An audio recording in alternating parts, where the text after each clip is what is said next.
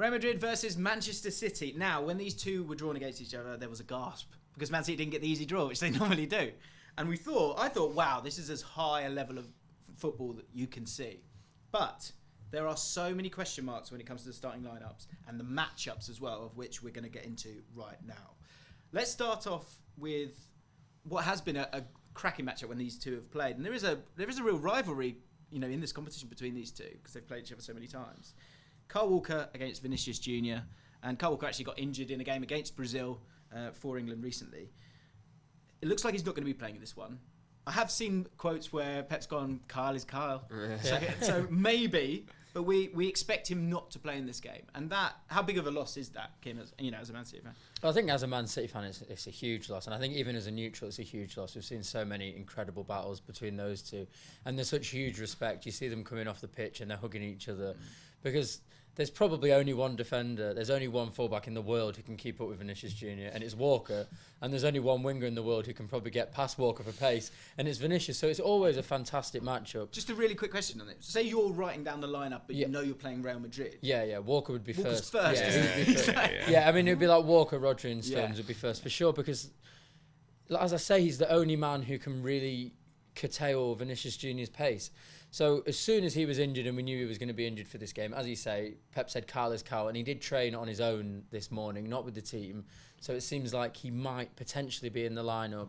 But if he's not playing, it's a huge, huge loss. Because would you risk it? Because I guess the problem is that if you play him and Vinicius Jr. will smell blood, won't he? Because he'll be like, you're 70% fit here. You're getting rushed back. So would you take the risk? I think it depends on who else is fit. It's also mentioned that Ake and Guardiola might not be playing, which means we basically have no left back or left-sided player. So if those two are both injured, that means Akanji has to go to the left-hand side, which means that Rico Lewis is the only natural right-footed defender who can play against Vinicius Jr. And I love him. I think he's an incredible footballer on the ball.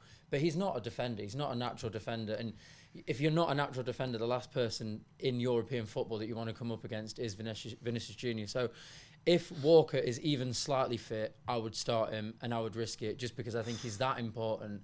And I think every single time City have played Real Madrid over the last 5 or so years, or 3 or 4 years, whatever, Vinicius Jr. has been the one who's caused the problems. Almost everything has come down that left-hand side, whether it's taking players on, cutting in and shooting, whether it's crossing. He's always been a thorn in the side, and I think he's their best player. He's their most important player, and in a game like this, anything that you can do to stifle that is what you should do. So if Walker can even run with a taped-up leg, get him on the pitch is what I would say. How do you feel about this one? I think you've got a second leg to play, so I wonder if City go with a plan to. He could try something wild here, couldn't he? Yeah. I wonder if there's something where, because I think if you're going down the list, would you want to ensure? Do you just go super touch tight with Vinicius Jr.? But then when I think about man marking someone like him, that's very much against the philosophy of Pep Guardiola. But also, Vinicius Jr. is so intelligent that anyone who man marks him, sometimes he stands off the pitch. I think we spoke about this in a separate episode when he played. I can't remember who they played against, but I was in the stadium and he just went and stood off the pitch, and the right back was like. Do I go with him or and then he just jumps onto the pitch when the ball's back in play? Right. And I just think players like that are so difficult to man mark that you need like your cheat codes like Kyle Walker in there. I do think Rico Lewis won't play at right back. Essentially, he'll always tuck into midfield, and so therefore there's just space. That's the biggest problem because Real Madrid have no ego. They'll just hit long diagonals, especially with Rudiger on that side, into that area, and then you've got Ruben Diaz going out there. And I think in wide areas he struggled this season against Vinicius, and then you have Jude attacking the box against Stones, and then suddenly you're playing Real Madrid's game. So I think Man City just have to try their best to stifle Real Madrid for as long as they can in this game. I wonder as well in terms of build-up, you've seen Kovacic sort of dropping into that almost left back position. I wonder if there's part of that for when they've got the ball. I'm not saying put him there, but play down that side a lot of the time so that you're not as concerned about the right-hand side. But Real Madrid are looking strong at the moment. Doing great, obviously, in La Liga. Last 3 games, 4-0, 4-2, 2-0. But they have some injuries themselves. But just to finish off on the Vinicius Jr. thing, in terms of getting the ball to him, Toni Kroos is going to be a big part of that. In his last game, 8 out of his 10 long passes were successful, and we've seen it over the years time and again. He's in a great patch of form, and he can find him pretty quickly. That's going to be a key part, isn't it? Yeah, absolutely. And I think that's the kind of beauty of being a Manchester City supporter over the last few years is that you know you have Rodri there. And that is like, it's the best backup you can possibly have. Sounded soothing as you said. No, it's soothing. It's such a comforter to know that you have a player of his incredible quality there.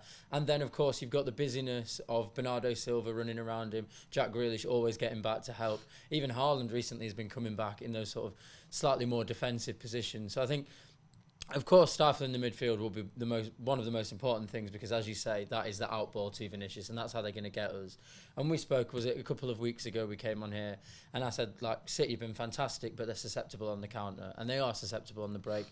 And they've been quite poor at defending against transitions and defending against counter-attacks this season, conceding quite a lot of goals. I think all 4 against Chelsea. I know one of them was a penalty, but they all 4 came from these fast breaks. I was watching that again yesterday, and I don't know the exact reason for that, but I think that's very clearly an issue. It's not just one of those things that we say because it's an easy solution.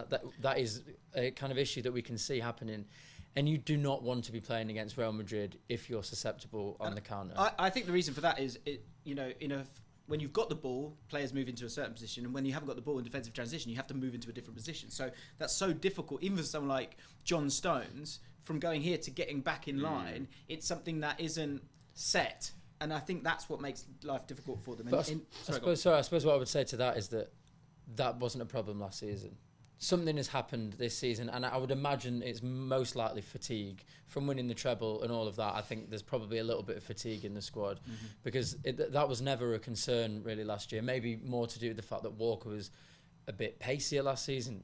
We've 1 year younger, whatever. We don't really understand why, but that's kind of a key component of this game, is that I think City, especially if they have quite a lot of the ball in and around Real Madrid's area, as soon as Madrid get it, as we saw against Arsenal, when Arsenal got the ball, as we saw against Manchester United, it's like a 3-on-3, a 4-on-3, and they've just got the quality to hurt you. So I think one interesting thing you said was, okay, you've got the second leg, but last year, and from everything I've seen this year, Manchester City at home in the Champions League, completely different side. And as a fan, I would be happy going away after tomorrow in the stadium with a draw, or maybe even with a 1-0 loss, because I just think keep it tight, try and keep it as compact as possible, and then in the second leg we can be the City at home. Let's talk about that Real Madrid midfield before we touch on the injuries that they've got to deal with. That is an amazing midfield, and that, for me, when I look at the possible 4 for Man City: Bernardo, KDB, Rodri, is it Rico Lewis, is it Kovacic, and then up against Bellingham, Cruz, Valverde, Tchouaméni, which we'll get back to Tchouaméni in a second. That midfield battle is absolutely huge in this. And as much as you've got guys that have been there and done it for Manchester City, this is a huge night for Bellingham. This is a huge night for Tchouaméni. It's a huge night for this group of players who I know have won Champions League, a lot of them, but that star in Bellingham, we saw him burst on the scene in that game for Dortmund against Man City. This is one that we all can see his mentality as a footballer. This is a huge night for him. I think also, just on that midfield battle, City lost their midfield battle against Liverpool. Yes. City lost their midfield battle against Arsenal. For as long as Pep's been here, the one thing we've always said is City will win that midfield battle. Real Madrid have the best midfield in terms of profiles in the world. They can also bring in Camavinga and Modric off the bench. They've got 6 central midfielders essentially. And just going to that second leg last year, that midfield was odd. Madrid played with. And I think they'll have more defensive stability. And again, we've seen so many times in football games this year that the centre of the pitch is so important in terms of stopping the opposition. So I expect them to be much stronger than they, even in that second leg when they come up against them. But Jude, you mentioned Jude. I think you mentioned Rodri there about dealing with Cruz. The problem you've got is you've got Jude, and because of his intelligence, Jude almost goes, "You want to fight me, so I'm not going to go near you." He doesn't want to fight me, let me go near him. He does something that Cristiano Ronaldo used to do. He used to always peel to the back post when the ball's on the opposite side, because you know that fullback is the one that's going to switch off. That's the big thing. Like, you can't stop someone like Jude because he doesn't go into areas where he can be stopped, and that's where I go. Rodri's going to have a lot on his hands, and a few times this season we've seen Rodri just get lost on his own in midfield, and there's just spaces everywhere. And as brilliant as he is, that's not his fault. And so I kind of look at that and go, you're going to have Cruz dragging you around with his passes, Valverde with his constant energy, Tchouaméni who's brilliant in possession, and Jude Bellingham and Camavinga off the bench. Rodrigo scores 2 at the weekend. Yeah, so I think that there's a lot to deal with there for Man City, and you were talking about transitions. I think Haaland has got a big job to do because he's got to stop the ball getting into Rudiger. And then you're asking, I think Grealish has to start as well. Like they need to be more defensive in this one. You can't go gung ho against Madrid because that is everything Madrid want. Yeah, and look to take care of the ball on that left hand side. I think Grealish and Bernardo as a pair are so great together in terms of hurting the opposition out wide. And Real Madrid often it turns into a 4-2-2-2, so that there's space out wide. The injury problems for Real Madrid, it seems like it's the centre back position, and there is talk of Tchouaméni playing as a centre back. I think another key matchup is Rudiger against Haaland, which I think we'll all be watching the whole time. Where I think we all saw that clip where like Haaland's just got his arms out and Rudiger's poking his head in between. He's going to be annoying him at every moment. But what about Tchouaméni instead of Nacho? Who would you play in a game like this? Nacho for me every time. He's weirdly one of the most disrespected players I've seen in such a long time. Anytime Madrid need a plug and play player, they've played him at left back, right back. They played him at centre mid. I remember last year, I think in the quarterfinals, he can do a job. I just wonder, you put Tchouaméni in there and Haaland's just going, Rudiger, you stay away from me. I'm just going to pin myself against him. In possession, Tchouaméni's going to be very valuable. In transition, Tchouaméni's going to have a lot of problems. So I'd go, no brainer. Start two centre backs together. Yeah. Let's stop doing this other thing that everyone wants to do. The final thing when it comes to Grealish, I wonder, just putting it out there, you look at those two centre backs, and okay, Rudiger's generally going to want a man mark him, but whatever side it is, and if Nacho is the left-sided centre back, and you've got Grealish with that right foot, Haaland peeling off to the back post and looking to dominate Nacho instead of Rudiger and just getting away from him in that moment could definitely be something that they could look to exploit. Cracking game, can't wait for it. Again, same question. We've done a preview on Arsenal against Bayern, so make sure you go check that out. And we did our predictions for both the game and the tie, so we're going to do the same again. Nubaid, I can tell you're thinking, so Kim? 1-1 tomorrow night. 1-1 tomorrow night, and then I think City overdrive at the Etihad. Overdrive. What nice. do you think? Okay, we'll give you more time. I think Real Madrid will win this one. I do. I think that Kyle Walker that's a massive problem for them. I think Bellingham will step up. I think they'll win. Yeah, maybe 2-1 and then a 1-1 draw at Man City. Put Madrid through. If Walker plays in the second leg, I think they can still get a draw. I do have a feeling about Real Madrid. I think what's difficult when I was thinking about this was there's players that are kind of getting to that level, and then there's players that are at that level. And understandably, you generally go with that. And I generally have a rule: don't go against Man City.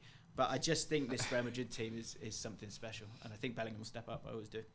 Goalkeeper issue for me with Madrid. Courtois bailed them out so many times in the Champions League that he is the guy that gets them out of jail, which allows them to play the way they want. So I think Madrid win at home, but I think Kyle Walker back, City will beat them at City and just go through narrowly.